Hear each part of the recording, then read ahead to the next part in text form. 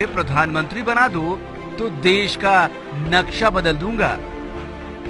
इस दावे को मजाक समझकर हंसी में उड़ाने से पहले ये मत भूलिए कि मोदी जी पिछले 1 साल में सैकड़ों बार देश का इतिहास, भूगोल दोनों बदल चुके हैं। देश को बदलने का दावा करने से पहले मोदी जी देश के बारे में थोड़ा बहुत जान भी लें तो बेहतर होगा।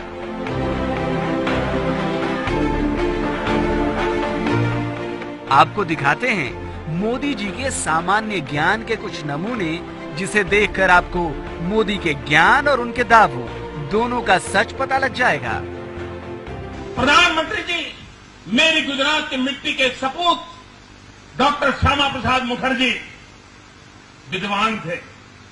विवेकानंद जी उनके साथ वार्ता करते थे, स्वामी दयानंद सरस्वती उनसे वार्ता करते थे, लोकमान्य तिलक उनका मार्गदर्शन में संपर्क बनाए रखते थे। मोदी जी ने जो कहा उसकी हकीकत तो आप समझ ही चुके होंगे। अगर ना समझे तो हम आपको बताते हैं। मोदी ने कहा कि उनकी गुजरात की धरती के सपूत डॉक्टर श्यामा प्रसाद मुखर्जी, जबकि हकीकत ये है कि श्यामा प्रसाद मुखर्जी गुजरात के नहीं, पश्चिम बंगाल के थे। मोदी के मुताबिक स्वामी विवेकानंद जी श्यामा प्रसाद मुखर्जी से बातचीत करते थे, जबकि हकीकत यह है कि श्यामा प्रसाद मुखर्जी का जन्म 1901 में हुआ था। वहीं विवेकानंद जी का निधन 1902 में हो गया था। अब ये कैसे हो सकता है कि सिर्फ 1 बरस की उम्र में ही श्यामा प्रसाद मुखर्जी स्वामी विवेकानंद से बातें करने लगे हों? खैर, एक और नमूना भी देखिए। मोदी ने स्वामी दयानंद सरस्वती और श्यामा प्रसाद मुखर्जी की दोस्ती का भी जिक्र किया, जबकि हकीकत यह है कि स्वामी दयानंद सरस्वती का निधन 1883 में ही हो गया था।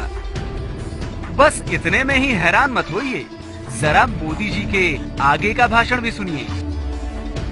और लंदन में अंग्रेजों के नाक के नीचे इस गुजरात के सपूत ने इंडिया हाउस का निर्माण किया था, और मदन लाल धिंगरा ने कर्नल वायली को मारने का काम उस इंडिया हाउस में किया था। हिंदुस्तान में क्रांतिकारियों के वो गुरु माने जाते थे। भाषण की अगली लाइन में ही मोदी का ज्ञान गच्चा खा गया। मोदी जी ने कहा कि श्यामा प्रसाद मुखर्जी के कहने पर ही मदन लाल ढींगरा ने लंदन में कर्नल वायली को मारा था। वैसे ये बात सच है कि क्रांतिकारी मदन लाल ढींगरा ने ही कर्नल वायली को मौत के घाट उतारा था, लेकिन मदन लाल ढींगरा ने कर्नल वायली की हत्या 1 जुलाई 1909 को की थी, यानी उस वक्त जब श्यामा प्रसाद मुखर्जी सिर्फ 8 साल के थे। अभी तो और हंसना बाकी है, क्योंकि भाषण का अगला हिस्सा तो और भी मजेदार है।